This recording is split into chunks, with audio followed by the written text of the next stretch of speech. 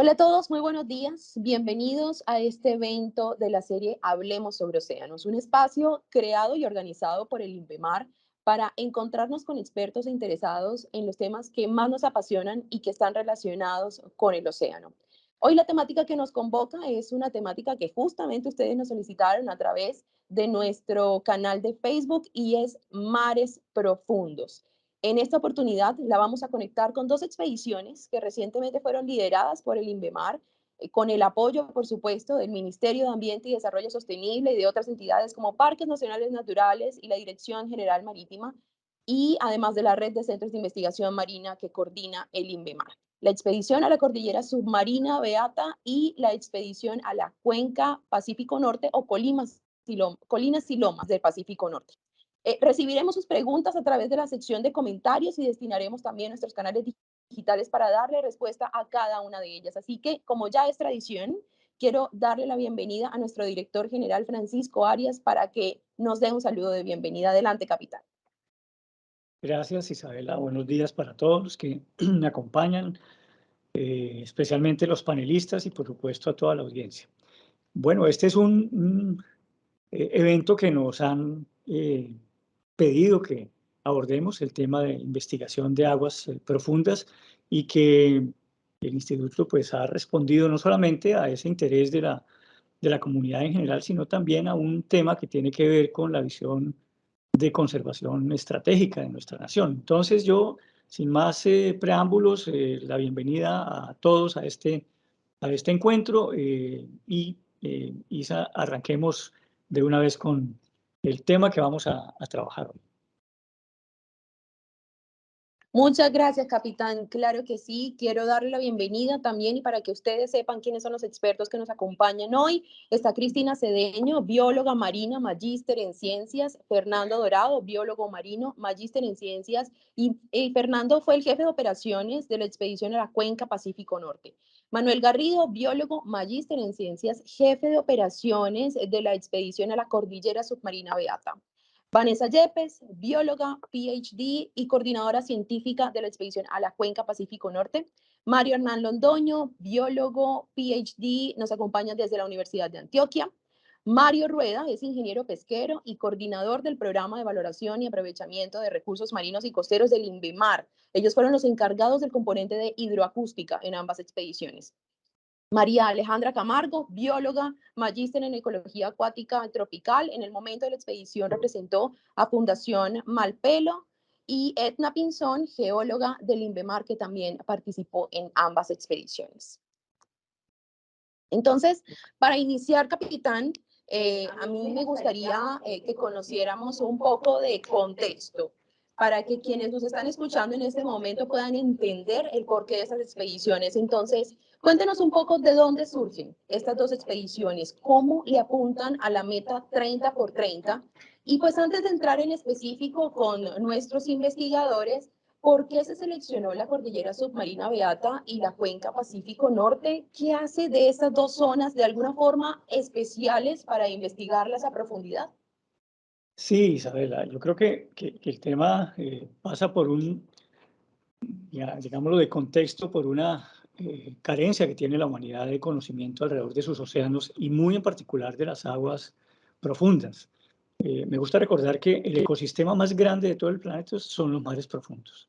Es el ecosistema que por sus características, por su extensión, por todas las, digamos así, dimensiones desde el punto de vista de la cobertura y de la complejidad, de bueno, todos los elementos que están relacionados con las aguas profundas, es el ecosistema, no solamente el más grande, sino el menos conocido de todo el planeta. Entonces tenemos una deuda de conocimiento enorme, deuda de conocimiento que se traduce en problemas desde el punto de vista de las oportunidades de conservación y de cuidado de este importante pieza de la manera como funciona nuestro planeta. Lo segundo es que en el caso colombiano, pues no es distinta la situación. Tenemos una deuda de conocimiento enorme sobre nuestros mares profundos. Algo hemos avanzado, yo creo que de una manera muy importante en los últimos años, en mirar integralmente el territorio marítimo, pero pues todavía nos falta mucho que trabajar alrededor de ganar el conocimiento, obviamente para su conservación, para su aprovechamiento sostenible.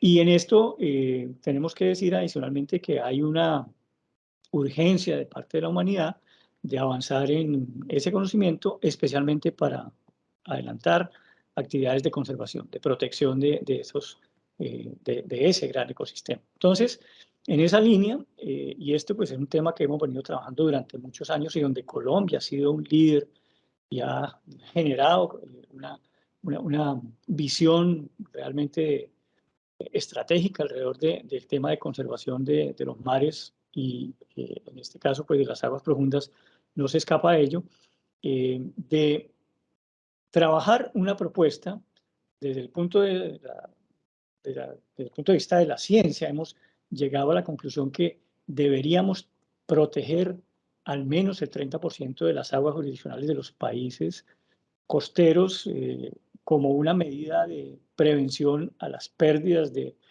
por un lado, de biodiversidad, que es uno de los tensores acuciantes que se cierren sobre los océanos. Por otro lado, protección a la contaminación que están siendo sujetos los océanos. Y tercero, al cambio climático. Entonces, esta propuesta del 30% que se anima en un trabajo sostenido durante muchos años, que como digo, Colombia realmente ha marcado una pauta en esto, pues eh, trae esta, digamos así, meta de conservación que acordamos internacionalmente los países y que definimos que se diera como plazo para el año 2030 tener al menos el 30% de las aguas jurisdiccionales de los países bajo medidas de conservación.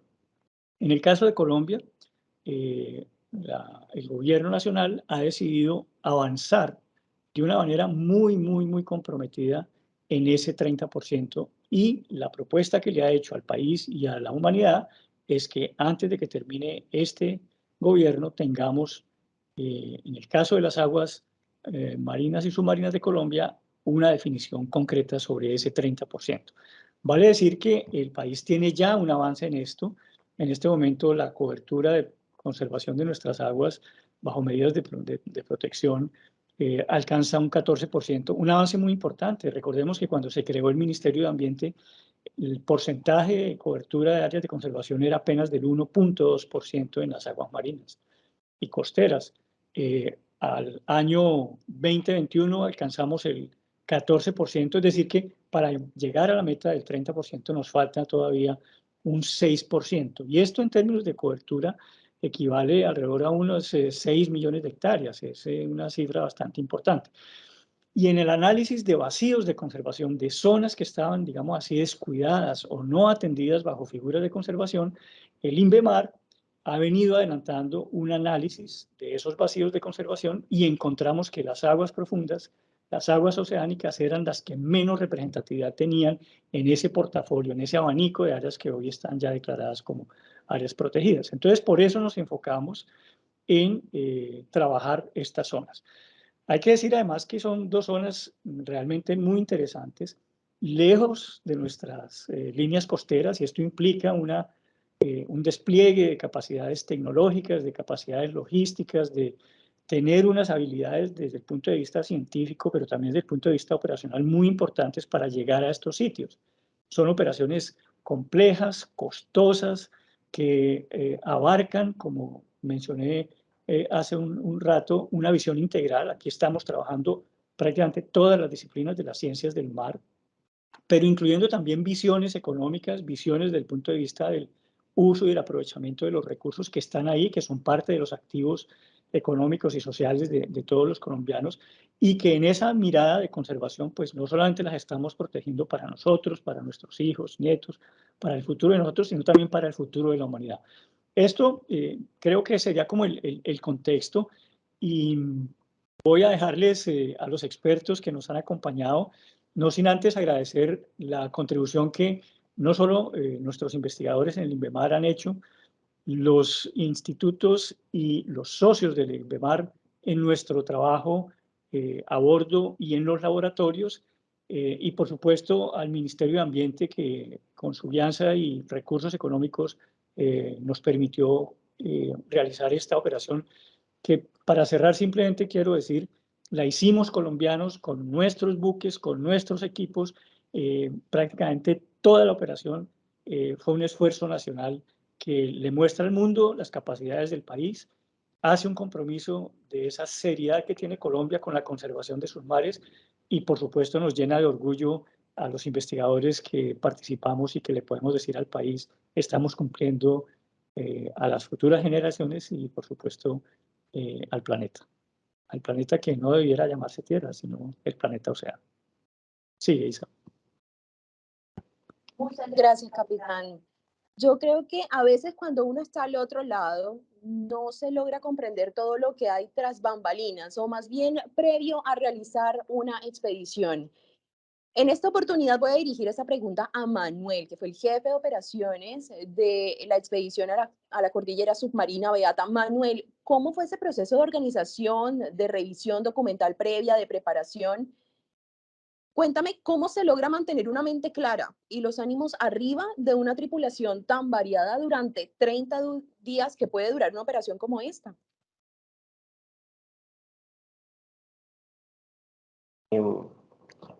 Ahora sí. Gracias, Isa. Muchas gracias por esta invitación y bienvenidos a todos. Vamos a compartir una presentación donde vamos a intentar responder todas estas preguntas y dar un poco de claridad en cuanto a todos estos temas de preparación, de cómo ejecutamos, de cómo fue la dinámica de los dos cruceros. Entonces, dame un segundo y vamos a compartir. ¿Está cierto? Está. Ay, espera, está. Ok. Bueno, para dar respuesta a tu pregunta, básicamente todo esto es un esfuerzo institucional conjunto que incluye muchísimas temáticas. Voy a tratar de resumirlo lo mejor posible porque pues es sin fin de movimientos, de interacciones, de contratos, bueno, de muchas cosas. Todo inicia obviamente a partir de la generación de cada uno de los convenios tanto de Cordillera Beata como de Colinas y Lomas Pacífico, y a partir de ello, pues entendemos a dónde nos tenemos que dirigir. Cordillera Beata está más o menos a unas 400 millas náuticas de la costa. Cuenca Pacífico implicaba un movimiento desde Caribe hacia Pacífico. Entonces, teniendo esto en cuenta, más los objetivos de cada uno de los convenios, empezamos toda una revisión exhaustiva de geología, batimetría, geomorfología, clima, todos los aspectos que nos podían indicar un poco hacia dónde íbamos, qué nos íbamos a encontrar, qué íbamos a poder, cómo íbamos a poder trabajar. A partir de esto, diseñar un plan de muestreo que incluía una cantidad de estaciones, una dinámica de desplazamientos entre una estación y la otra, condiciones que nos podíamos encontrar cada día en el área. Y entre esto, obviamente, ya preparar unas metodologías específicas, tener en cuenta los materiales, los equipos, ajustado a esto, el personal que necesario para llegar a ejecutar cada una de estas maniobras.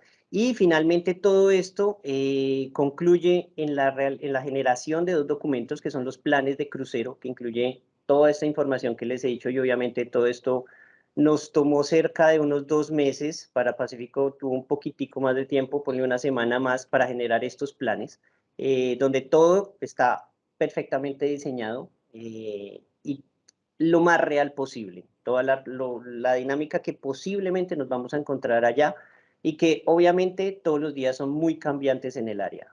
Un día con mal clima te puede generar un cambio total de cronograma. Así que tratamos de diseñarlos lo mejor posible. Esto es obviamente en compañía de administración, de financiera, del equipo científico, del equipo logístico, apoyo en otras entidades que nos brindan su información. Así que bueno, estos dos planes fueron construidos con mucha perfección y liderazgo y tratando de diseñarlos lo mejor posible. Por otra parte, se encontró el reto basados en el presupuesto de cada uno de los convenios, en empezar a buscar la embarcación. ¿Qué embarcación nacional nos podría servir? ¿Qué requerimientos debería cumplir? ¿Qué necesidades ajustadas a esas metodologías estandarizadas necesitaría tener el barco para desarrollar cada una de las expediciones? Con esto, pues obviamente viene un conjunto de cosas como tipos de equipos de la embarcación, winches, tipos de cable, necesidades en cuanto a marco A, ROV, sistemas de lanzamiento para cada uno de los equipos, radares, comunicaciones, disposición de comodidad para los tripulantes, tanto científicos como de la embarcación, capacidades de la misma embarcación para soportar condiciones tanto oceanográficas como climatológicas. Y obviamente todo esto fue hecho basados en procesos administrativos públicos. Se montó en convocatorias públicas, los servicios también fueron solicitados mediante procesos administrativos que también conllevan un largo tiempo.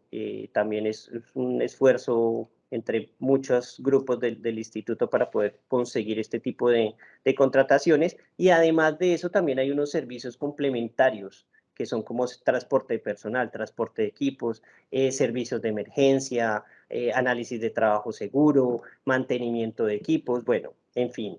Finalmente ya cuando están los contratos realizados es que empezamos esa dinámica ya de dividir el crucero en 3 fases. El prealistamiento, la ejecución del crucero y un desalistamiento. Al menos tratamos de coordinar las 2 expediciones en un solo cronograma, donde, bueno, inició Cordillera Beata con un alistamiento, el cual ya consiste en llevar todo lo que nosotros preparamos durante los 2-3 meses anteriores hacia el barco, llegar al barco, organizar material, preparar el equipo científico, reunirlo con la tripulación del barco, organizar el barco, montar equipos y dejar el barco listo para una vez se diga el zarpe, iniciar como tal la expedición. Entonces, como ven, es todo un proceso, todo un ejercicio bastante largo, de bastante esfuerzo, que pocos conocen realmente. Todo el mundo, una vez uno dice 2 cruceros, pues obviamente todo el mundo se enfoca solamente en el día que empezó el crucero, el día que terminó el crucero, pero pues es un ejercicio que lleva mucho tiempo, mucha dedicación, mucho cuidado y mucha preparación para todos. Gracias, Isa.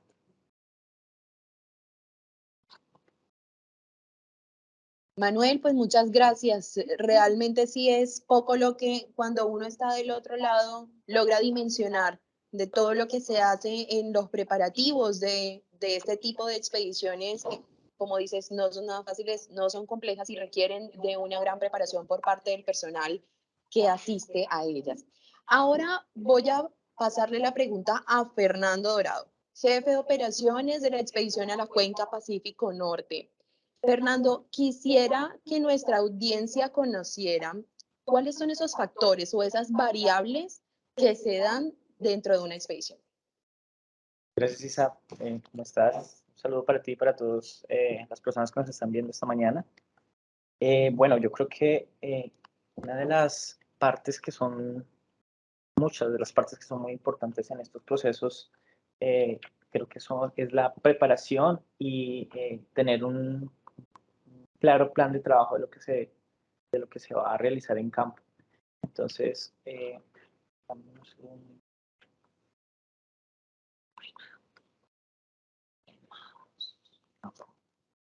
ya, creo que ya, listo. Aquí podemos ver rápidamente. Creo que uno de los factores más importantes que tenemos que tener en cuenta es tener una muy buena planeación, una muy buena organización y sobre todo tener el personal totalmente capacitado, listo, tener planes de trabajo claros y saber qué plataforma en qué estás trabajando, en qué vas a hacer, cuáles son los objetivos y cuáles son las preguntas que quieres responder en este tipo de expediciones. Aquí en esta diapositiva quería presentarles brevemente un resumen de de todas las operaciones que se tienen a bordo de una expedición de esta dimensión. Tenemos el barco, lo dividimos en diferentes zonas de trabajo. Tenemos el puente de mando, desde donde se hacen los avistamientos principalmente de fauna marina, ¿cierto? También contamos con el sitio donde se hace toda la dirección de la parte técnica de la embarcación, el capitán, con toda su tripulación. Y de allí parte sitios estratégicos como son los laboratorios que tenemos a bordo, laboratorios que nos permiten hacer revisión de las muestras in situ, hacer análisis previos de manera muy rápida. Entonces, todas estos pequeños espacios nos permiten ir procesando la información en tiempo real y así también ir conociendo cuáles son algunos de los resultados de forma rápida. También contamos para este tipo de expediciones, principalmente para Cordillera Beata y Colinas y Lomas en el Pacífico colombiano, contamos con el uso de un equipo ROV. Ese equipo ROV nos permitió llegar a profundidades de alrededor de los 3.000 metros de profundidad. Y con eso pudimos observar una gran cantidad de fauna que más adelante Cristina les comentará un poco de qué fue lo que encontramos. También pudimos tomar muestras de plancton para hacer análisis de biomasas y todo un sistema oceanográfico montado a bordo, sistemas de hidrodinámica, de análisis de densidad acústica.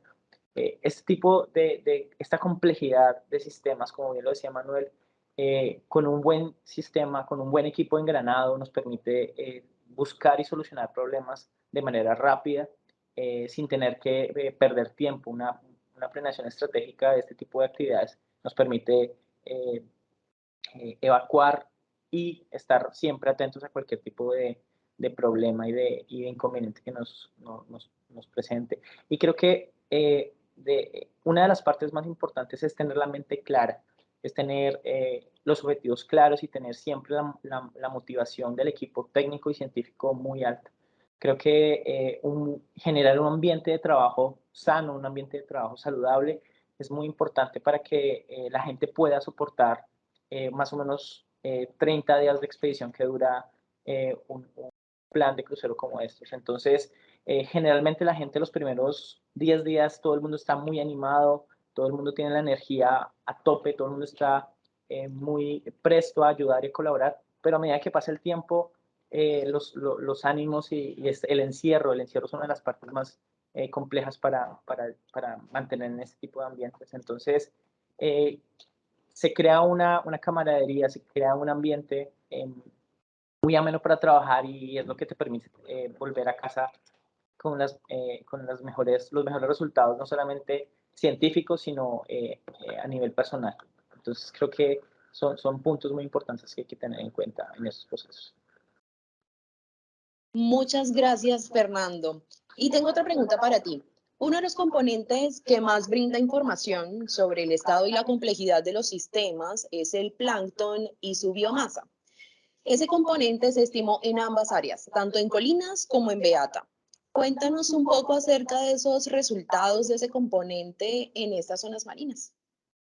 Gracias, Isa. Bueno, particularmente, efectivamente, como tú nos dices, los términos o cuando hablamos de biomasa, esto nos permite hacer un estimado, tomar una foto en un momento determinado para saber cómo es el sistema, cómo es un proceso tan importante como es la producción de materia orgánica en los primeros niveles de la cadena trófica, de la red trófica. Entonces, a manera rápida, puedo decirles que los dos sistemas son altamente productivos, tenemos una gran cantidad de biomasa disponible para la fauna que se alimenta de esto, ¿cierto? Particularmente la cordillera Beata en el Caribe colombiano tiene unos valores de un sistema típicamente oligotrófico, sistema oceánico de ambiente marino, ambiente oceánico abierto, con un poca influencia de aportes continentales, una fuerte influencia oceanográfica de dinámica vertical, frentes de vientos, frentes de sistemas de mesoescala, y toda esta complejidad pues nos brinda un sistema estable en el tiempo. Por su parte, para el ambiente del Pacífico colombiano, sobre todo la zona del Chocó Norte, tenemos un ambiente mucho más con un potencial de biomasa mucho más alto, tenemos unas concentraciones más altas de clorofila, por ejemplo, unas altas concentraciones de biomasa zooplanctónica que nos muestran la importancia y el valor agregado que tiene esta zona del Pacífico colombiano, ese gran potencial pesquero que muestra cómo ese gran sistema oceánico se sostiene y como podemos ver con la presencia de ballenas, de tortugas, de delfines que habitan, no solamente habitan, sino que también transitan por estos sectores. Entonces, más adelante podremos ver cómo esta red y cómo este sistema oceánico soporta estos grandes pelágicos que son importantes para zonas marinas protegidas como esta. Entonces, a grandes rasgos tenemos dos sistemas muy dinámicos, altamente contrastantes, con una dinámica oceanográfica muy interesante, con una importante interacción con las geoformas que están en los fondos, ¿cierto? Porque tenemos estructuras que cambian la dinámica de las corrientes profundas, eso influye en el movimiento que da las corrientes submarinas y eso tenemos una importante dinámica en toda la columna de agua. Entonces, es muchísima información, pero creo que a grandes rasgos tenemos dos zonas con un gran potencial en términos de biodiversidad. Fernando, muchas gracias. Yo creo que es importante que toda nuestra audiencia conozca este tipo de información, de saber qué es, justamente como les decía al inicio de la pregunta, lo que hay tras bambalinas en todo este proceso de realizar una expedición marina. Ahora, del componente operativo, digámoslo de alguna manera, nos vamos al componente geológico. Y antes de eso voy a abrir un paréntesis y es que ya resueltos todos los impases técnicos que teníamos, recordarle a nuestra audiencia que puede dejarnos en la sección de comentarios de nuestro Facebook Live sus preguntas y procuraremos al final de esta sesión poder responderlas o en su defecto a través de nuestros canales digitales también podrán obtener las preguntas y sus respuestas. Entonces, para esta sección invito a Edna Pinzón.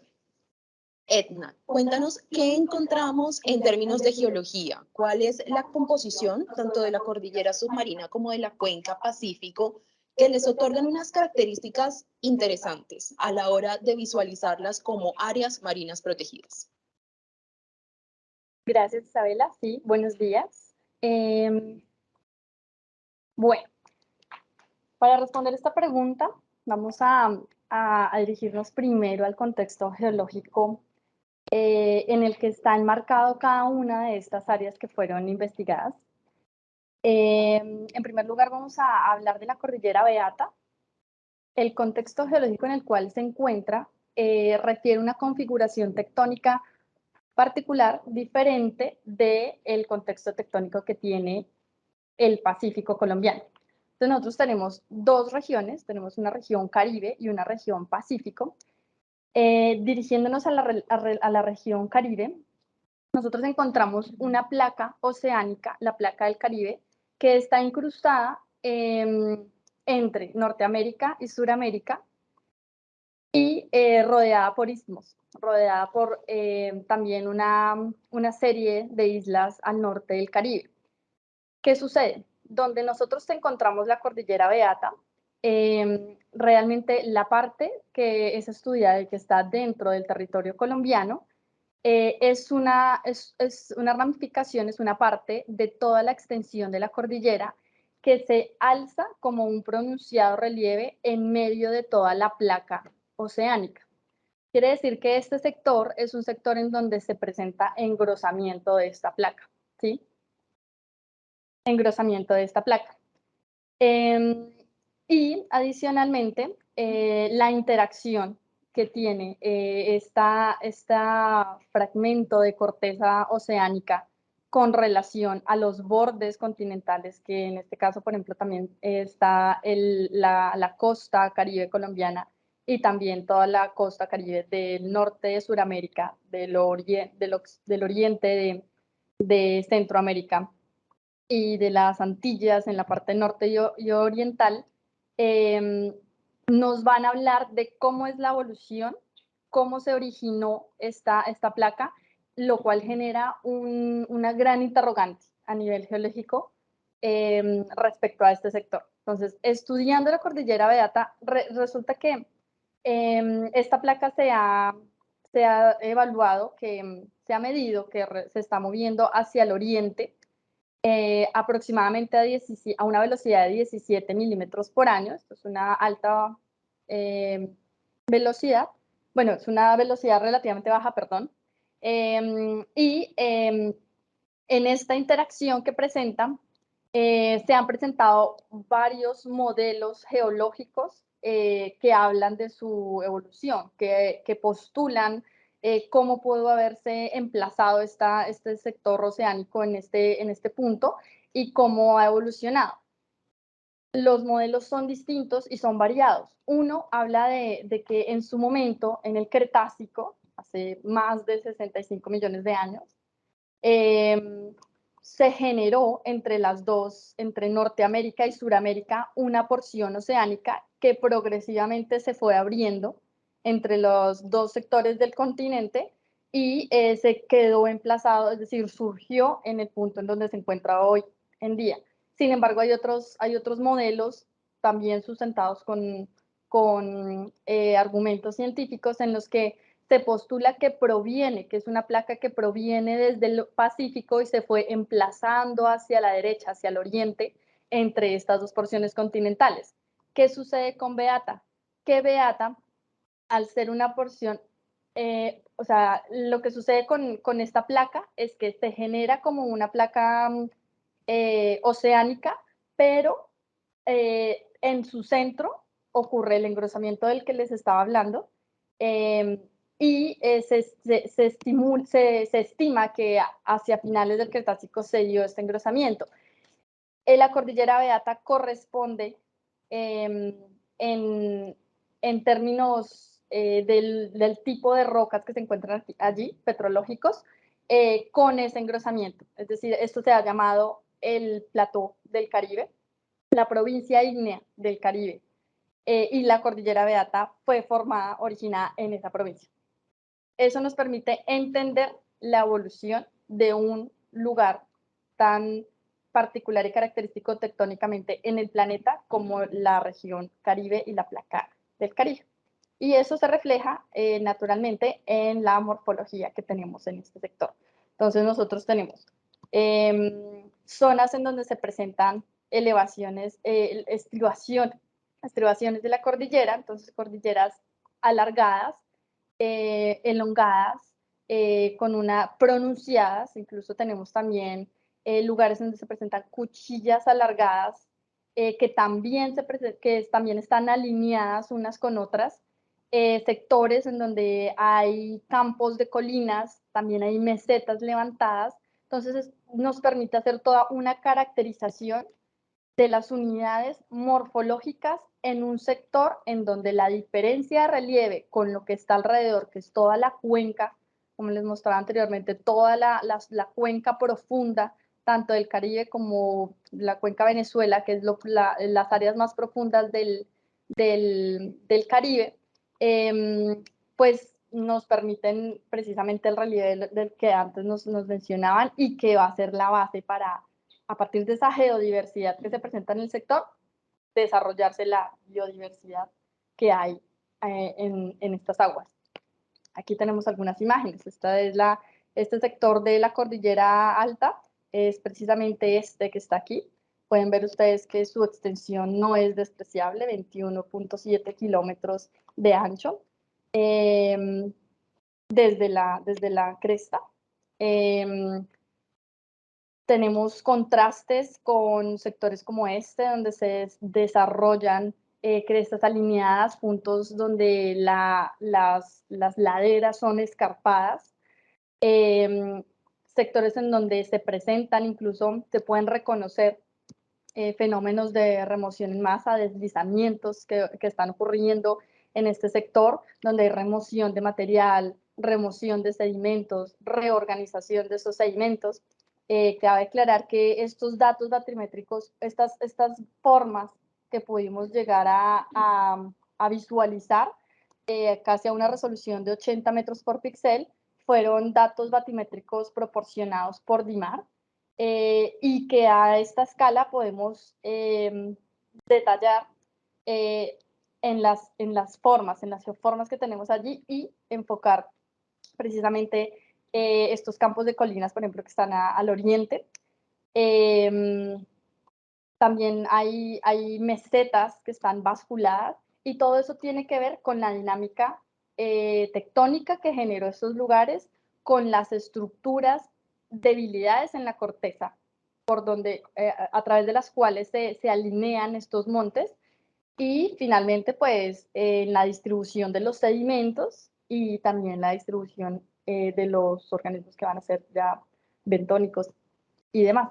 Entonces, tenemos que, por ejemplo, en algunos estudios previos a estos, se analizó, o sea, se ha observado en la perforación de pozos en el área de Beata que hay un grosor amplio, o sea, es gruesa la cantidad de sedimentos, pero que pues se pueden hallar las características de las rocas que componen a esta cordillera, sobre todo en estos puntos más altos, como la parte que se les mencionaba anteriormente. Ahora, el contexto del Pacífico es completamente diferente.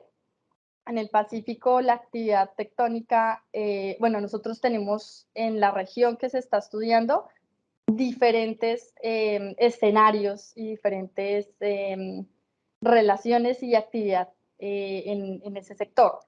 El Pacífico es complejo, el Pacífico incluye también cordilleras submarinas, pero tenemos también centros de expansión, es decir, dorsales, por donde se está produciendo en este momento corteza oceánica, activos, pero también antiguos, fósiles, ¿sí? En la zona de estudio precisamente tenemos uno que es el Rift Sandra, que coincide con la morfología de la cordillera Sandra, aquí en este sector, que se alcanza, o sea, que está dentro de la zona de estudio. Si este era un centro antiguo de expansión, ven ustedes que es un lugar alineado con fosas, con depresiones y perpendicular a las fosas de subducción que se presenta aquí en todo el oriente, todo el borde del Pacífico de Sudamérica, y pues en Colombia no es la excepción, tenemos un borde convergente de placas, pero al sur tenemos otra serie de lineamientos e incluso estribaciones de grandes cordilleras, como al occidente algunos montes de la cordillera Malpelo. Entonces, en general, esta zona, este sector agrupa y es representativo de diferentes situaciones geológicas respecto de la tectónica, la dinámica actual, geodinámica actual en este lugar, y pues que se evidencia también en las diferentes morfologías que resultan también alineadas, como estos campos de colinas, crestas alargadas, paralelas al antiguo rift,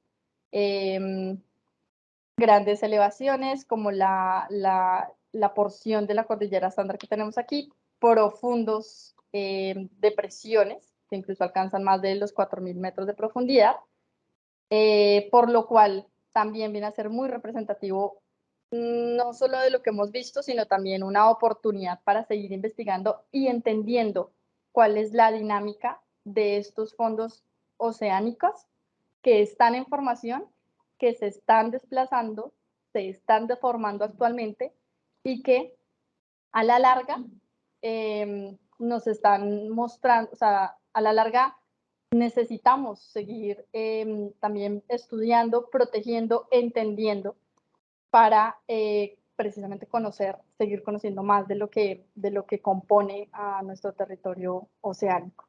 Finalmente, pues estas eran unas fotografías del sector estudiado en el Pacífico Norte colombiano, en la cual, si bien nos tienen muestras como en Beata, sí se pueden ver algunas morfologías de las rocas que alcanzan a aflorar en puntos altos, asociadas precisamente a esos lugares de producción de corteza oceánica, que son las dorsales oceánicas, que a la hora de formarse, a la hora de interactuar ya con el medio ambiente, pues se erosionan en este tipo de formas que son ya basaltos, almohadillados, como lo vemos en las fotografías. Faltaría continuar, ¿no?, con esta investigación.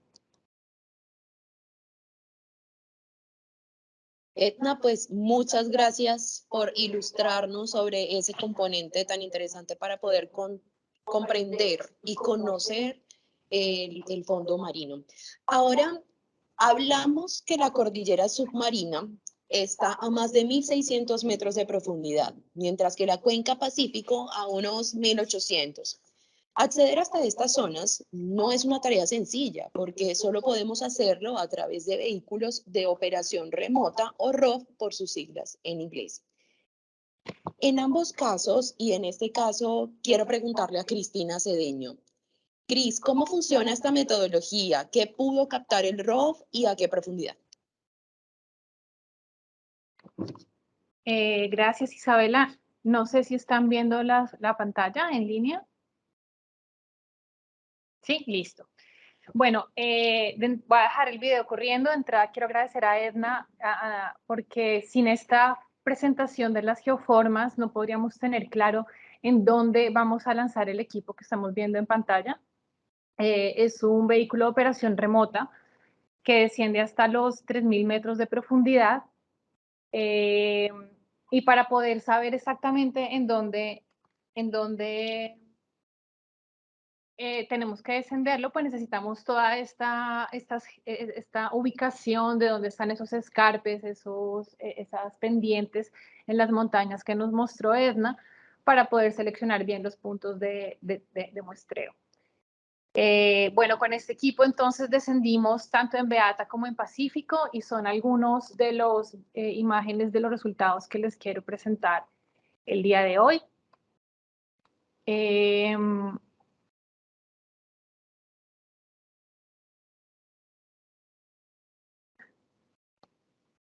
Quiero también contarles que analizar los videos del ROV conlleva muchas horas de trabajo, seleccionar cada uno de los organismos y a su vez necesitamos, como no tenemos a los organismos colectados, necesitamos también el apoyo de taxónomos tanto nacionales como internacionales. Para este caso contamos con taxónomos expertos de la Universidad Nacional, la Universidad del Valle y la Universidad de Antioquia, que son universidades que hacen parte de la red de centros de investigación marina del país.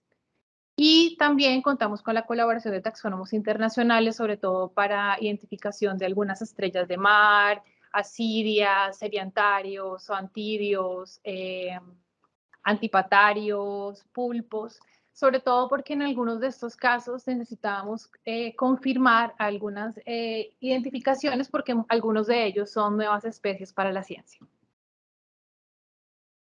Bueno, para la cordillera submarina Beata encontramos cerca, pues hicimos muestreos entre los 1.626 y 2.925 metros de profundidad. Encontramos cerca de 7 filum y 122 morfoespecies. Estos son algunos de los organismos más frecuentes que encontramos en la cordillera, sobre todo esponjas de cristal, octocorales como este tipo de octocoral que se llama umbelula, muchos ctenóforos, moluscos, gasterópodos, artrópodos, sobre todo ermitaños y camarones, muchos equinodermos de todas las clases, tanto pepinos como este que pueden observar en pantalla, estrellas de mar, estrellas quebradizas, crinoideos y también tenemos muchos peces de profundidad como este pez de profundidad. Para el caso de Beata tenemos dos posibles nuevas especies que son dos estrellas, están en este momento en un proceso taxonómico de confirmación con el experto del Smithsonian que ha trabajado también en aguas del Caribe en las expediciones que ha desarrollado la NOAA en Puerto Rico. Para el caso de colinas y lomas, contamos con mayor biodiversidad, se identificaron 213 morfoespecies de 12 filums y 2 reinos. Esto es importante porque este organismo que ustedes ven aquí al principio en la imagen, esto que parece una roca o un coral, en realidad es un foraminífero, es un xenofióforo que es en realidad el protista más grande que existe actualmente en el planeta Tierra o en el planeta Océano, como decía el capitán esta mañana. Es una sola célula que puede crecer y va puede crecer hasta 24 centímetros y va aglutinando ciertos componentes del medio como arena, conchas de coral, y va formando este tipo de estructuras que las hacen asemejar un poco más a un coral que a un foraminífero como comúnmente lo conocemos. Estos organismos fueron muy frecuentes y muy abundantes en las inmersiones que hicimos en colinas y lomas.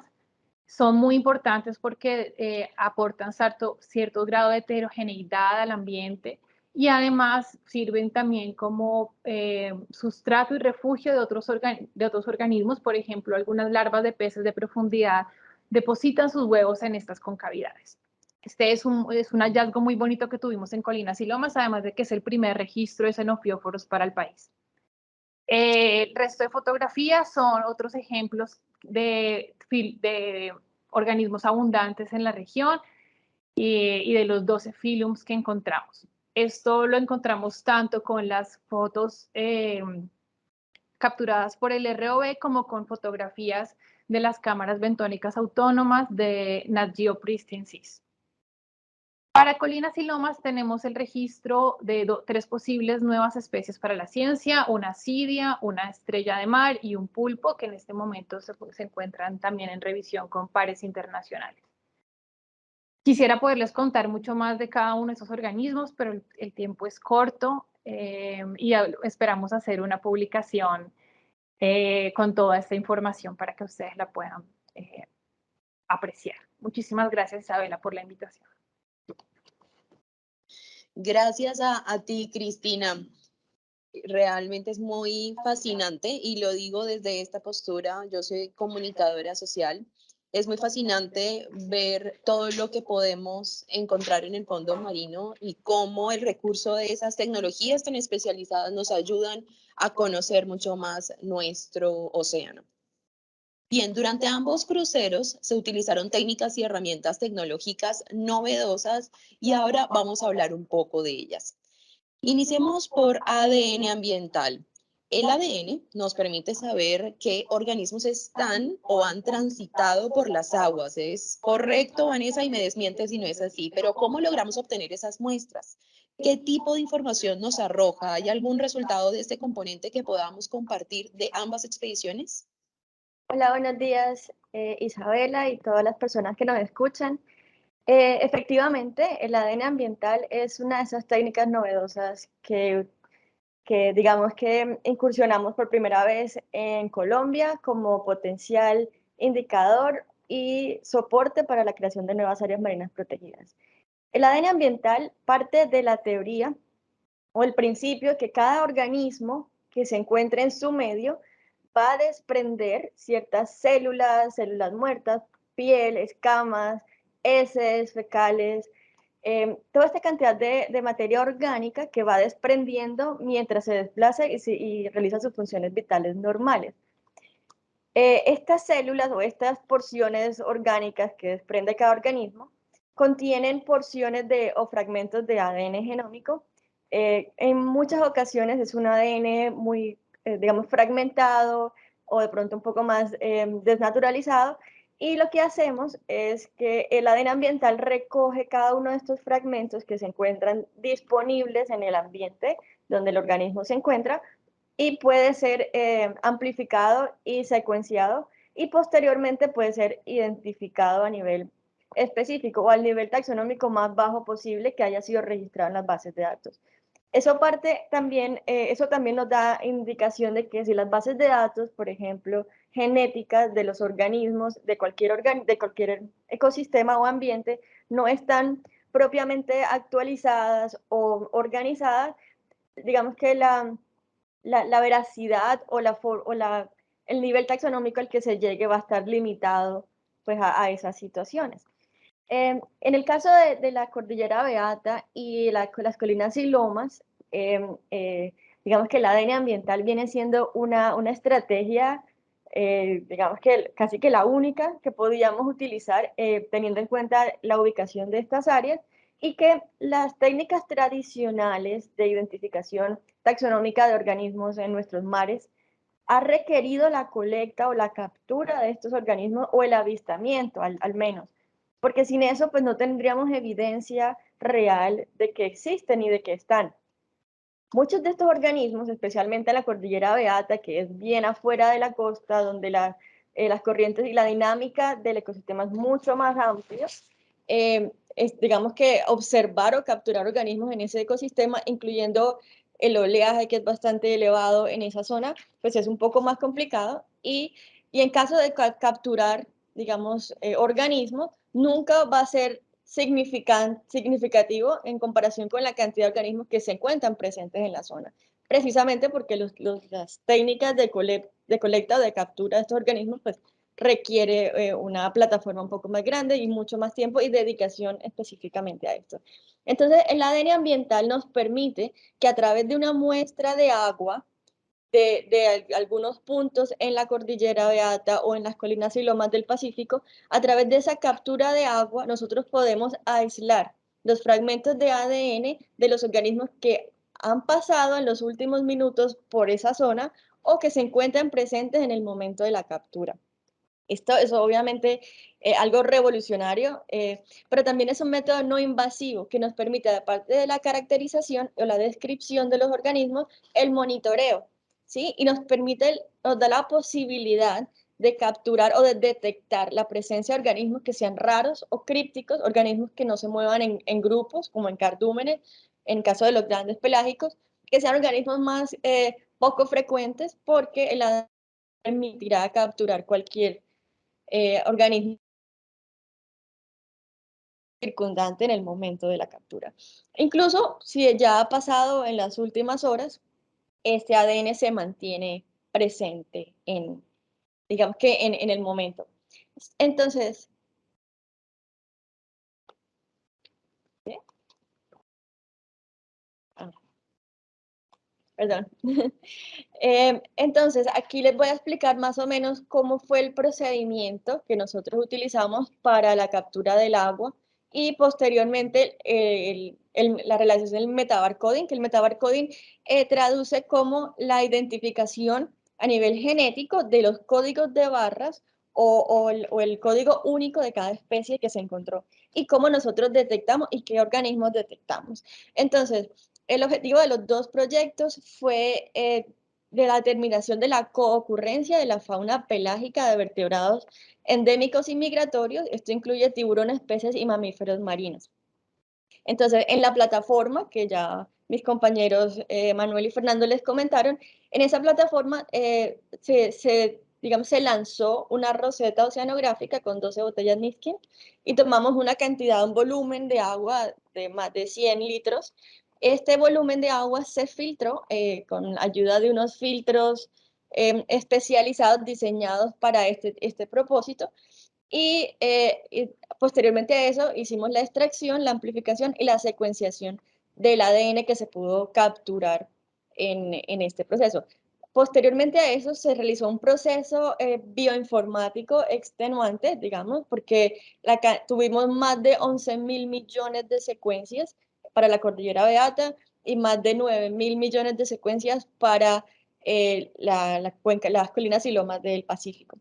Entonces, es un proceso bioinformático extenuante que nos permite filtrar, limpiar todas las secuencias que de pronto no nos den organismos relacionados con la zona, se descartan y los que están repetidos pues también se descartan para finalizar darnos una lista de especies o de posibles especies o de motus, que son unidades moleculares únicas, es decir, secuencias únicas que pueden convertirse en especies o que pueden traducirse a especies. Entonces, una vez realizado este proceso bioinformático y revisada la lista de especies y confirmada esta lista de especies con nuestros expertos taxónomos en peces, en mamíferos, en reptiles, digamos que en organismos circundantes en las ambas zonas, en Cordillera Beata y Colinas y Lomas, tuvimos de pronto una apreciación de que pudimos observar. Cabe mencionar que nosotros no nos enfocamos en este proyecto, en estos dos proyectos, en detectar aves. Sin embargo, las aves también fueron detectadas por el ADN ambiental. Esto significa que a las profundidades a las que tomamos el agua, todavía hay restos de heces fecales, plumas o saliva de las aves, porque ellas tienen interacción con el mar cuando se alimentan o cuando se desplazan, y pudimos detectar algunas que son comunes y que fueron avistadas en el momento de los cruceros. Entonces, por ejemplo, en esta imagen que les muestro aquí, pueden ver, este es como una representación de los organismos. Nosotros encontramos condricties, que serían tiburones, peces, que es de la clase Actinopteri, aves y mamíferos. Cabe resaltar que en la cuenca Pacífico Norte fue donde detectamos condrictios. En la cordillera Beata no se detectaron. Esto puede deberse a muchas razones, ¿sí? Puede deberse a que de pronto no iban pasando en el momento o que simplemente no, digamos, el ADN estaba muy fragmentado y no pudimos detectarlo. Pero es importante porque la cuenca Pacífico Norte, por ejemplo, es una importante zona de migración de tiburones, incluyendo el tiburón martillo, pero también otros tiburones que se encuentran en la zona. Detectarlo confirma la información que ya tenemos, que es información secundaria que ya tenemos, y valida el método.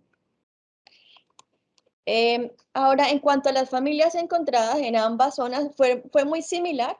Digamos, el número de familias, lo que cambió fue la proporción y la abundancia de ellas. En la cordillera Beata encontramos muchos más organismos pertenecientes a diferentes familias, pero digamos que una particularidad de la cordillera Beata fue que muchos organismos que se encontraron, curiosamente, pertenecen a peces que son más costeros, es decir, de hábitos un poco menos profundos. Encontrarlos en la cordillera Beata confirma que existe un patrón migratorio de las larvas de estos peces que se desplazan hacia zonas más profundas, como la cordillera Beata, antes de luego volver o retornar a zonas menos profundas y establecerse como adultos. Y en la cuenca Pacífico Norte, la presencia de mictófidos, que pues son peces que abundan muchísimo en el Pacífico Oriental tropical, encontrarlos pues confirma lo que ya sabíamos, entonces valida el método. Y la presencia de atunes. Los atunes, pues sabemos que son de importancia comercial importante para el Pacífico, y encontrarlos o detectarlos a través del ADN ambiental confirma y sirve como método que valida las detecciones de hidroacústica de peces que también se realizaron en esta zona. Y pues la presencia de organismos de importancia comercial como los dorados, los marlins, las barracudas, o en el Pacífico como el pez espada, todos los sífides, encontramos un tiburón zorro. Muchos de estos organismos también fueron avistados por el componente de avistamiento de fauna. Y también a través de la colecta de larvas de peces pudimos observar algunos de estos. Es decir, validamos el método, lo confirmamos y podemos con seguridad decir que estas especies sí son las encontradas. Otra de pronto característica, y lo que ya les mencionaba sobre organismos asociados a arrecife, es que en ambos proyectos encontramos especies que pertenecen a hábitos menos profundos o arrecifales. Pero encontrarlos en esta zona significa que pueden ser larvas. Y nosotros lo confirmamos. Aquí mostramos un ejemplo de algunos góvidos o algunos peces que son de menor profundidad, pero que fueron observados a modo de larva. Lo que el ADN detectó fueron de pronto la presencia de huevos y larvas.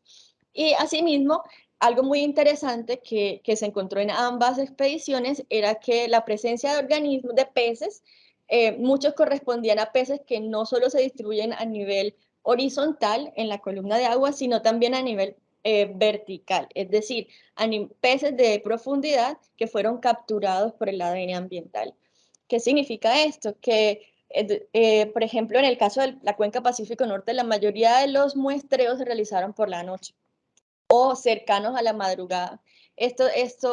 Y haber encontrado a través del ADN ambiental especies de profundidad nos confirma el conocimiento que ya se tiene previo de que estos organismos de profundidad suben a capas menos profundas para alimentarse durante la noche. Y nosotros pudimos detectarlo a través del ADN ambiental.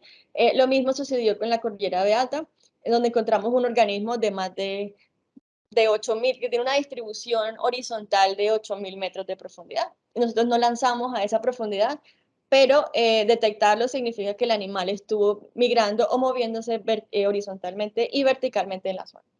Entonces, es, digamos, una de las particularidades más interesantes del ADN ambiental y que es una herramienta que de verdad nos da mucho más que un listado de especies. Nos da indicios de la dinámica y la ecología de estos organismos dentro del ecosistema y tal vez sus interacciones, ya sea horizontalmente o verticalmente en la columna de agua. Y ya, muchas gracias. Vanessa, pues muchas gracias por tu intervención. Ahora sabemos que esta tarea, aparte de que no fue fácil, pues contó con el apoyo de otras entidades, miembros de la red de centros de investigación marina y otras entidades que se vincularon con las expediciones de alguna manera. Y para hablar de esta perspectiva tenemos a Mario Hernán Londoño de la Universidad de Antioquia y a María Alejandra Camargo, que actualmente está con el INVEMAR, pero en el momento de las expediciones representó a la Fundación Malpelo. Voy a empezar con Mario Hernán Londoño. Mario, usted tuvo la oportunidad de analizar parte de la información recopilada durante la expedición. ¿Qué podríamos decir al respecto? ¿Qué encontramos?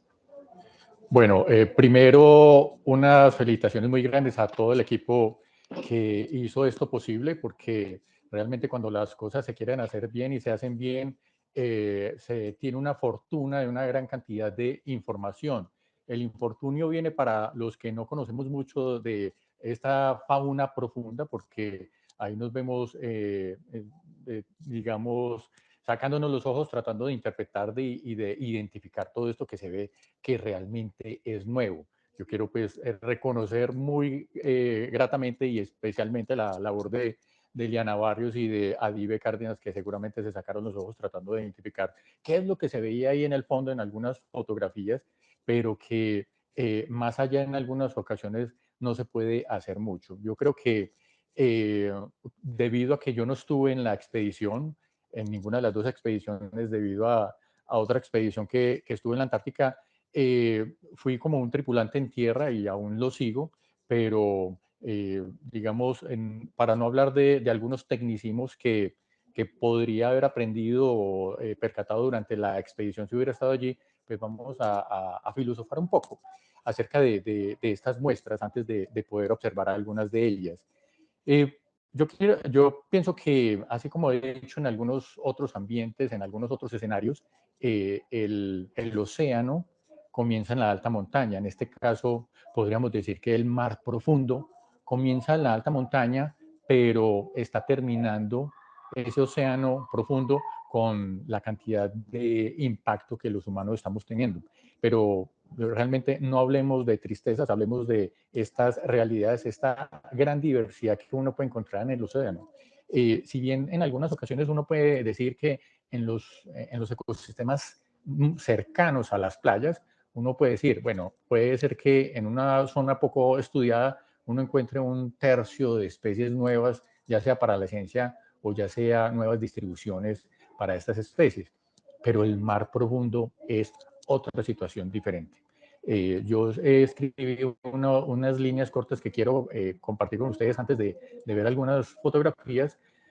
Cuando estimamos la biodiversidad, cualquier número, por muy preciso que sea, se queda corto con la falta de conocer todo esto más grande, pero yo le pongo un apellido además, el más complejo. ¿Sí? En la actualidad reconocemos más de 10 millones de especies, entre algas y bacterias hasta hongos, plantas y animales.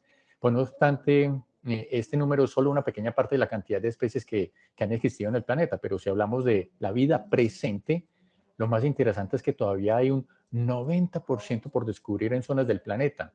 Y esto incluye obviamente los océanos principalmente. ¿Sí? Imagínense sumergirse o irse en este batiscafo, tal vez en un mini submarino, a grandes profundidades. Cada 9 de 10 animales que podríamos ver, y eso lo constatamos con todas las imágenes que tuvimos, cada 9 de 10 de estos animales será la primera vez que los podamos observar, que los vemos. Entonces, la diversidad es tan enorme y tiene unos patrones tan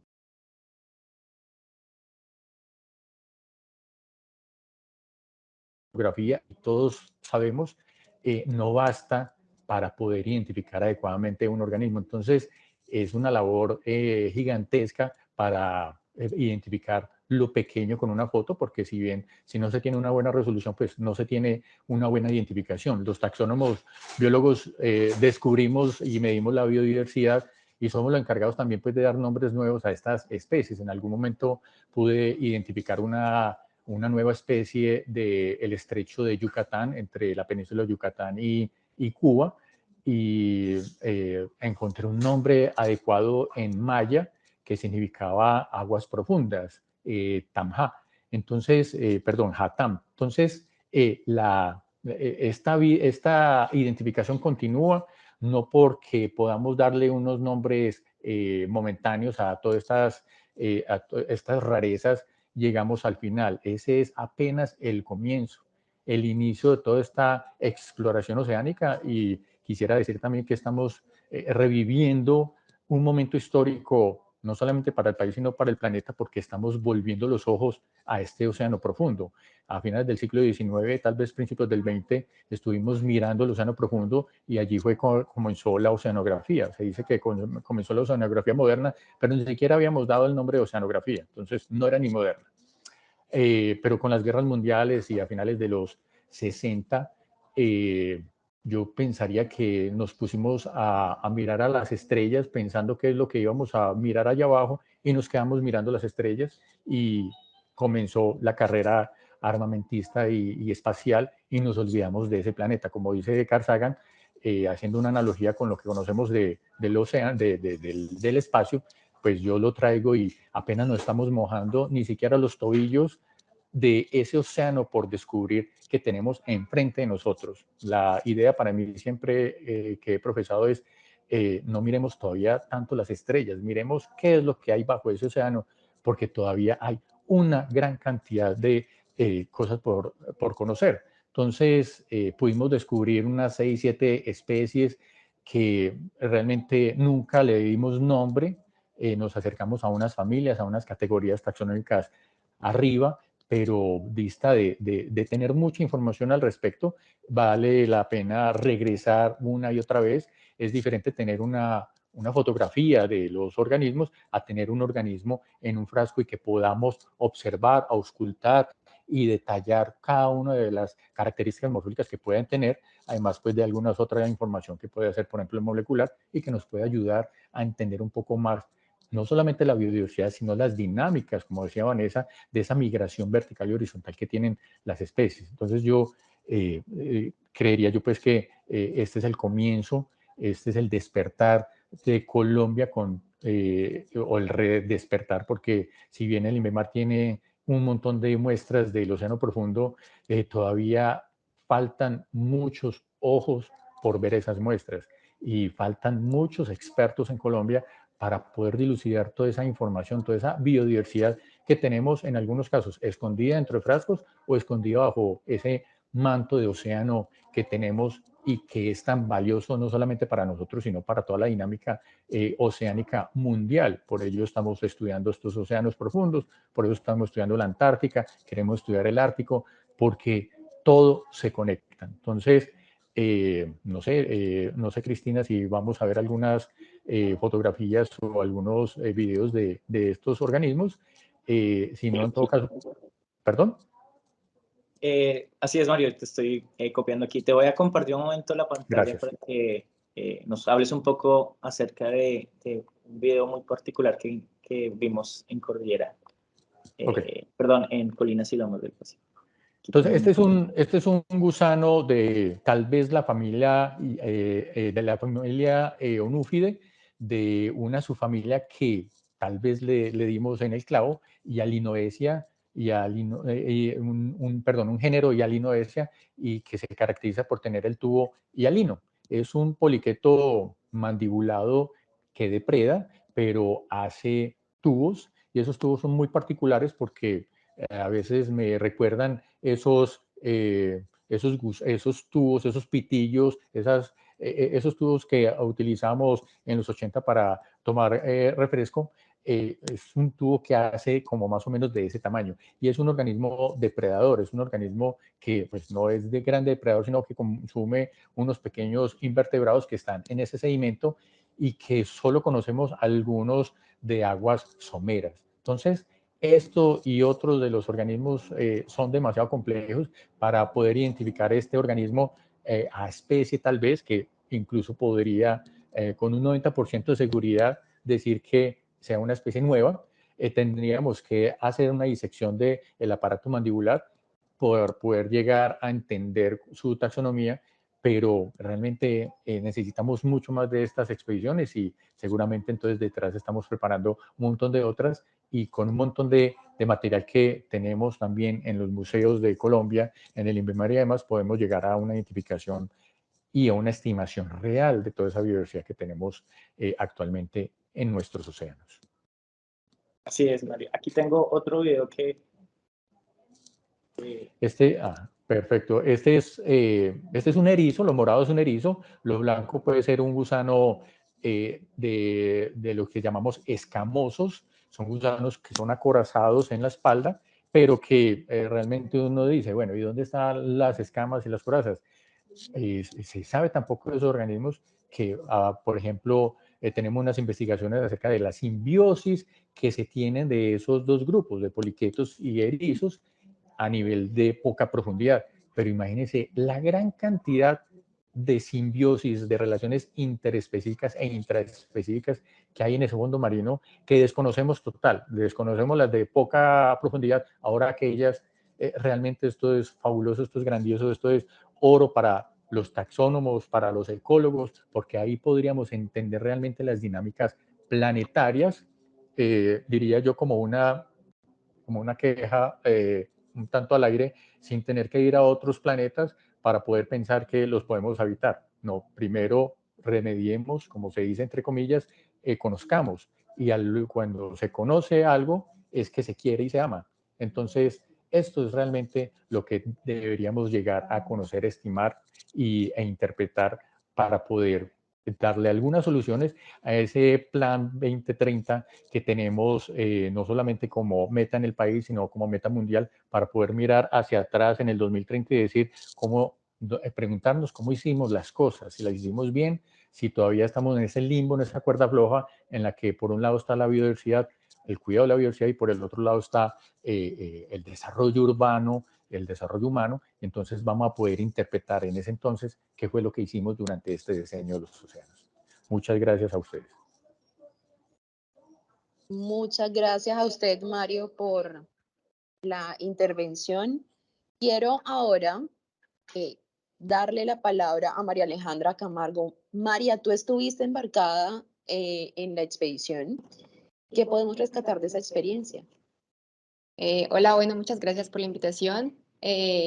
Sí, en mi caso particular, pues era la primera vez que hacía parte de una expedición científica, la primera vez que me embarcaba por tanto tiempo y pues fue una experiencia muy enriquecedora, fue gratificante y fue un honor poder haber podido asistir el desarrollo de todas las actividades y todos los componentes que hacían parte de la expedición. Pues quisiera resaltar que trabajar en condiciones un poco complejas fue uno de los principales retos, pero también pues creo que sobre todo la convivencia y el equipo de trabajo fue uno de los ejes centrales y fundamentales para que pues todo se hubiera desarrollado con éxito. Quiero agradecerle también pues, al coordinador Fernando y a Vanessa, porque creo que desarrollaron la labor de dirigir esta expedición de la mejor manera. Siempre contaban con un plan B, C, D para cualquier inconveniente y percance que se presentara. Personalmente fue bastante emocionante, por ejemplo, trabajar con muestras colectadas a 3.000 metros de profundidad. También haber podido estar presente en la cabina de control del vehículo de operación remota y pues observar todos los organismos presentes en el fondo marino, teniendo en cuenta que pues toda esta operación perturbaba de cierto modo el ambiente, pero aún así se pudo pues apreciar la gran diversidad que se encuentra en las profundidades de los mares colombianos y pues en estas geoformas que sustentan todo el sistema del sistema oceánico en donde se realizó la expedición. Entonces, pues sí, en resumen, fue una experiencia tanto profesional como personalmente bastante enriquecedora y representando hoy a todos los investigadores invitados que fuimos parte de esta expedición. Quiero darles las gracias y pues también mencionar que me parece una muestra, una prueba de que Colombia cuenta con todo el capital intelectual y todas las capacidades para avanzar en estos temas de investigación en ciencias marinas en Colombia. El equipo en su totalidad estaba conformado por investigadores colombianos, entonces me parece relevante e importante pues hacer énfasis en que tenemos las capacidades para desarrollar este tipo de operaciones. Muchas gracias. María, pues muchas gracias a ti. Realmente conocer esa otra perspectiva, ya no desde el jefe de operaciones de un crucero, sino de los investigadores que hicieron parte de la tripulación, por decirlo de alguna manera, realmente es muy gratificante. Ahora vamos a pasar a un tema completamente distinto y ahora para esto invito a Mario Rueda a que encienda su cámara y nos acompañe aquí. Mario es el coordinador del programa de valoración y aprovechamiento de recursos marinos y costeros del INVEMAR, y este programa fue el encargado en específico del componente de hidroacústica. Entonces, Mario, las preguntas serían, en el proceso de creación de las áreas marinas protegidas, ¿qué papel tiene la caracterización socioeconómica? ¿Qué se pretende cuantificar y cómo se hace? Hola, muy buenos días, Isabel. Muchas gracias por la invitación y bueno, para ir contestando a esta pregunta voy a compartir mi pantalla.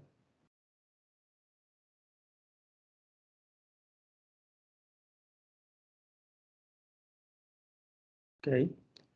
Entonces, bueno, entramos aquí a una temática que obviamente hace parte de la ruta declaratoria o de los diferentes pasos que hay que seguir en la ampliación, creación de un área protegida.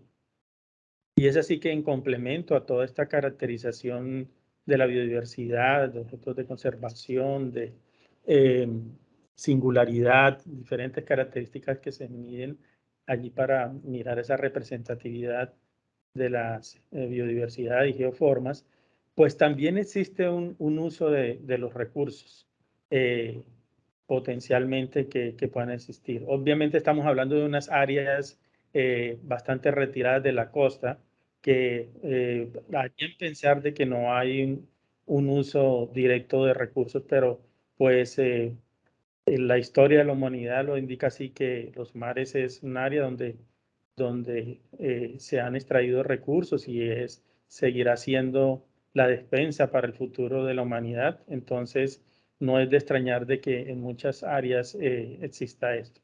Entonces, la caracterización socioeconómica es importante para, primero, evidenciar, poder evaluar si hay algún tipo de uso que se haga de algún servicio ecosistémico, y entramos a este concepto de los servicios ecosistémicos que, siguiendo a varios autores, pues se coinciden más o menos en que están agrupados en estos ecosistemas de aprovisionamiento, o sea, aquellos que nos proveen de alimento, ¿ya?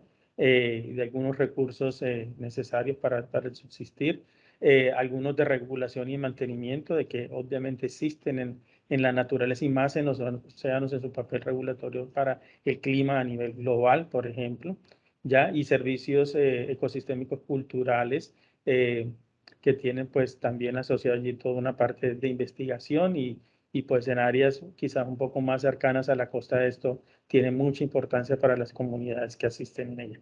Entonces, la importancia es desde luego de que conforme queremos a través de una estrategia de áreas protegidas, tener alguna tipología, categoría de estas que permitan conservar las áreas, pues también de que esto actúe en balance con el aprovechamiento sostenible que se puedan hacer de algunos de estos servicios. Esa es la garantía.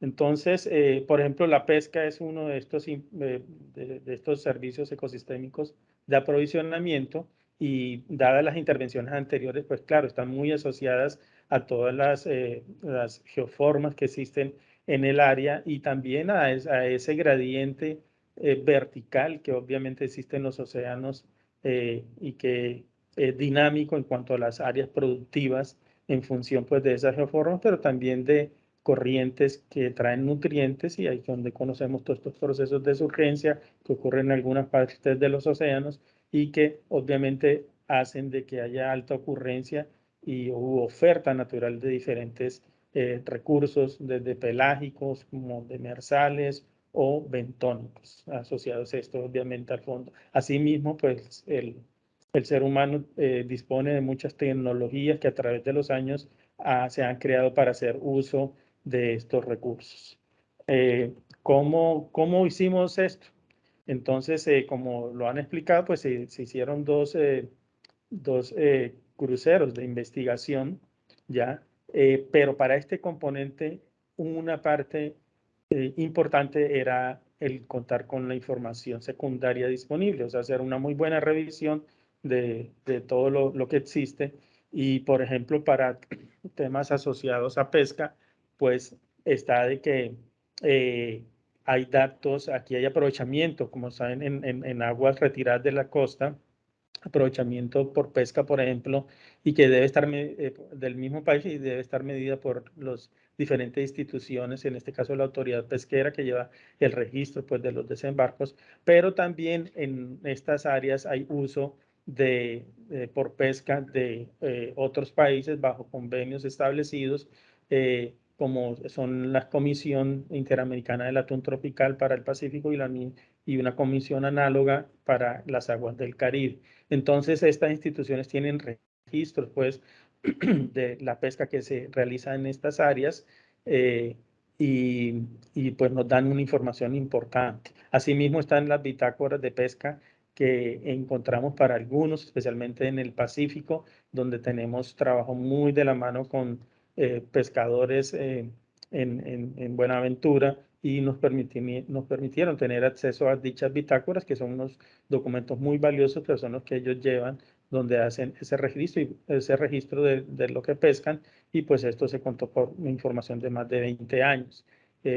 Los boletines que se han publicado y diferentes prospecciones pesqueras realizadas tanto por el INVEMAR como la Universidad Nacional en algunos años y en conjunto con la autoridad pesquera, especialmente sobre el componente pelágico. Y por último, nuestra expedición, que en la parte pesquera, pues se trabajó con lo que fue la hidroacústica. Sí. Si hay alguna otra pregunta, pero bueno. Bueno, acá tengo un par de preguntas, pero creo que han sido resueltas en el camino. Mario, es sobre los servicios ecosistémicos más relevantes en las AMP evaluadas tanto en el Caribe como en el Pacífico y qué objetivos tiene un área marina protegida donde el aprovechamiento por pesca se justifique. No sé si hay algo más que agregar. Sí, gracias. Entonces, por ejemplo, este es el caso del polígono de área de estudio en el Pacífico. El Pacífico es, a diferencia del Caribe en Colombia, un área de tradicional importancia para la pesca. Pues no en vano, pues hay puntos de surgencia relativamente importantes, no comparados, pues, desde luego, con nuestros países vecinos de Chile, Perú y hasta Ecuador, pero es mucho más importante la pesca. Entonces, de las bases de datos, por ejemplo, de esta comisión, tenemos, por ejemplo, esto que son los registros de capturas para esa área del polígono donde se trabajó de atunes, que nos muestra, pues, que tenemos una captura potencial, o potencial no, que se ha dado de más de 41.000 toneladas en estos años. Es un volumen relativamente importante y el cual tiene una variación estacional que está explicada por la alternancia de los fenómenos ENSO, en este caso de niño y niña, que ocurren en esta área del Pacífico. Entonces, esto nos ha mostrado pues igualmente que el uso que se ha dado por pesca, y en este caso que son por barcos industriales y que están en asocio con lo que es esta comisión que tienen permiso para pescar en el país, pues nos muestra que la abundancia del recurso, que esa figura que nos muestra a la derecha de puntos, ha permanecido constante a lo largo del año, y que cuando se aplican modelos ya matemáticos o biomatemáticos que consideran muchos parámetros de la historia de vida de estas especies, junto con la parte de pesca, que es lo que está en el eje de la Y, que es mortalidades por pesca, pues nos ubican a todo en el área verde, la gran mayoría, como diferentes modelos que dicen que el stock se encuentra, o la población se encuentran saludables, es decir, que están en unos niveles de biomasa que permiten la extracción del máximo rendimiento sostenible, y asimismo la actividad de pesca lleva a que se deje esa biomasa remanente para el uso del recurso. Esto lo que vemos aquí es un recurso muy importante, y que lo mencionaron anteriormente, que es el dorado, y que sí es extraído por unos barcos mucho más pequeños, pero de una connotación económica importante en el Pacífico de Colombia, que es la flota del dorado, y que para un periodo de 20 años se ha extraído aproximadamente 21.000 toneladas que entran a generar empleo en Buenaventura, y que es una cadena de valor muy importante, donde hay mucho empleo que se genera para alrededor de 4.500 familias en el área. Estos son los registros que vemos ahora de la parte hidroacústica, que corroboran exactamente esto que se mostró de las bitácoras y de los registros de capturas, y que aquí de manera puntual y tiempo real pues se miran los parches de altas densidades de pelágicos, de grandes pelágicos, en una profundidad que no va más allá de está entre 0 y 100 metros de profundidad, que es la que está a la izquierda, y habla exactamente de que en las áreas más importantes es donde está la termoclina del recurso, que es aproximadamente entre los 80 y 120 metros de profundidad. Todo esto lleva a esta connotación económica, que el Pacífico pues es un área de mucha importancia, y de aquí el significado es de que cualquier categoría que tengamos de protección, pues tiene que llevar a balancear pues el uso que hagamos de los recursos, y en aquellos donde la pesca se justifique por su connotación social, debe ir acompañado exactamente de diferentes medidas que lleven a que uso responsable del recurso, y es allí donde un área protegida no necesariamente significa no pescar, sino que pues es precisamente hacer un buen uso del recurso para maximizar los beneficios que existan en el área. Okay. Bueno, Mario, pues muchas gracias. Lastimosamente el tiempo se nos va agotando, pero vamos a darle paso a dos preguntas que nos han dejado a través de nuestro chat de Facebook Live. Creo que esta primera pregunta la puede responder el capitán. Bueno, capitán, lo invito a que encienda su cámara. La pregunta dice lo siguiente: ya conocemos algunos resultados y cómo fue el proceso de construir, o más bien volver realidad, el hacer estas expediciones. Ahora, ¿qué sigue? ¿Qué se necesita para declararlas como áreas marinas protegidas? Bueno, en el caso de Colombia existe lo que conocemos como la hoja de ruta de la declaratoria de un área protegida. Es un procedimiento muy estricto. En el caso de Colombia, y esto es realmente muy importante en términos de la gestión en el territorio, cuando se declara un área se hace para siempre. De ahí que todo el análisis que tengamos que hacer alrededor de la importancia ecológica, social, económica, todos estos frentes de un área, tenga que ser lo más riguroso posible, para que la decisión que se tome por parte de la autoridad ambiental, en este caso, sea realmente sostenible en el tiempo. Y esa hoja de ruta pasa por varias fases. La primera es esta, es la de identificar la importancia de esa área. En el caso nuestro, lo que hemos hecho con un análisis previo de identificación de vacíos de conservación, luego la expedición para caracterizar el área. Esa caracterización conduce a la preparación de unos documentos y el paso siguiente es llevarle esta información desde las autoridades que tienen la responsabilidad de la declaratoria, que son parques nacionales y el Ministerio de Ambiente. El INVEMAR le entrega esta información a estas dos entidades y ellas la presentan a la Academia de Ciencias Exactas, Físicas y Naturales.